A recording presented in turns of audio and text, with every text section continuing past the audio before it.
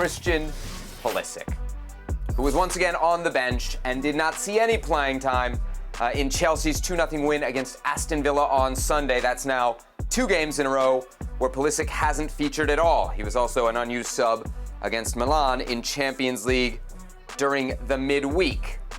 So, not a great couple games for Pulisic under Graham Potter. And overall, under Graham Potter, there has not been a lot of playing time for the young American. Just the one start in 6 games. It should be noted, he did score in that start, and Chelsea did win 3-0 against Wolves in the Premier League, but his reward for the goal in the start was 0 minutes in his next 2 games. Herc, in the past, we've blamed the manager, different managers, the club, etc. for Christian Pulisic's playing time issues at Chelsea. Is it time now that we focus in on the player himself?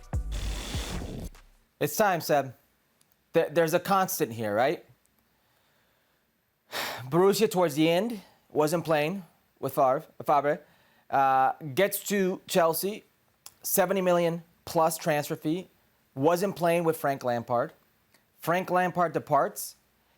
It's Thomas Tuchel who gave him his start at Borussia Dortmund. Doesn't play with Thomas Tuchel.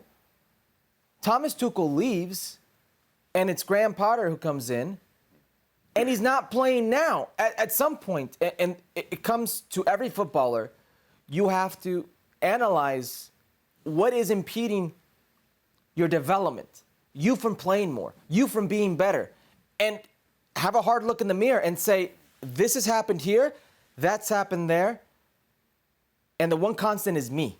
What does Christian Pulisic need to do himself to change things? Does he need to be more vocal? And what I mean by that is oftentimes there are guys who make it difficult for coaches by their attitude, by the way they demand things, by the way they are within the locker room. Make it difficult for coaches to take him out of that lineup, and yes, including their play. But he needs to make it difficult, some way, somehow, because his career is going. And I'm not going to sit here and say where he isn't a high level. But you have players, you have pundits, you have people questioning if you're a player for that high level. I couldn't disagree with you more here. I don't think Pulisic is the problem. I think it oversimplifies it to say, well, there's all these different managers and he's not worked out under those different managers. Because one, I don't think it's fair to say that he hasn't worked out. And I think each manager, there's a different story. Like if you go back to Lampard, right, the first manager there, Christian Pulisic was super productive under Frank Lampard. He had 11 goals in his first season, basically a goal every 3 games in his first season in the Premier League. And the only thing that really kept him from developing into a bigger role was his injuries. I know at the end under Tuchel it all fell apart, right? But it fell apart for every attacking player at Chelsea under Tuchel. Nothing that the coach tried worked, and that's why he lost his job.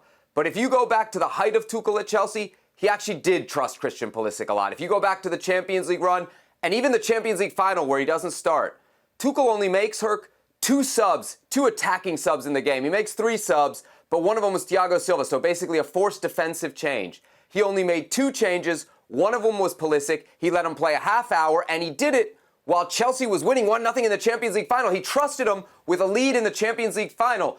Injuries hurt, and then Tuchel's inability to get the most out of the attack hurt that relationship as well. What's really worrying for me about this Potter situation is that the contract that we have always known between player and coach, that if I give you an opportunity, you're productive with it, you'll get more opportunity, seems to have been broken. And we can point to the game against Wolves where he starts and he scores, and then there's back-to-back DNPs.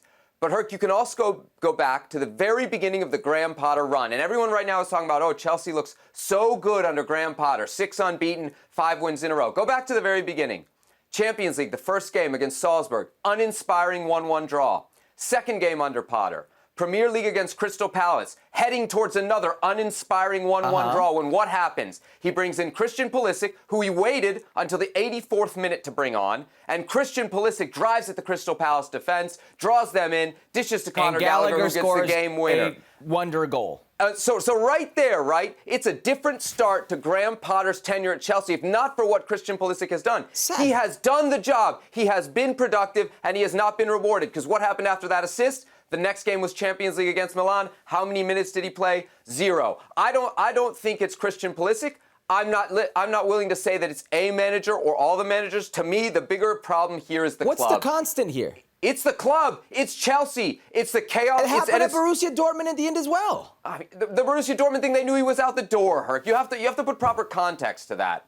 There's no coach in the world, Seb, that's going to say, I don't feel like playing this guy, if he thinks he's going to help him. Now, Christian Pulisic is a very good player. I'm not discounting how good he is for an American player. But at the end of this contract with Chelsea, if he gets sold, if he plays out the contract and he leaves, at the very end, if things don't change, it's going to be seen as an utter failure. It's going to be $70 million for a player that didn't live up to what they thought he would live up to. And that's the reality of things here.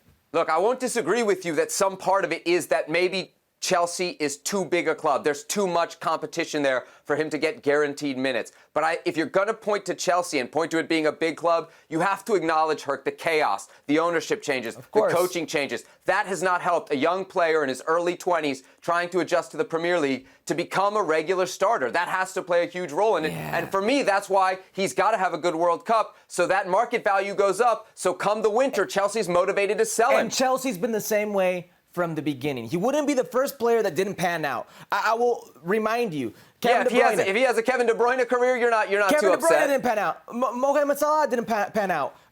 Lukaku didn't pan out. There have been players at Chelsea, for whatever reason, don't pan out, and they have productive careers elsewhere. Could that be the case for Christian Pulisic? Sure. But you can't sit here with a straight face and say everything around Christian Pulisic is the problem, and he doesn't have some culpability in him as well. Thanks so much for watching ESPN on YouTube. And for more sports highlights and analysis, be sure to download the ESPN app. And for premium content and live streaming, subscribe to ESPN Plus.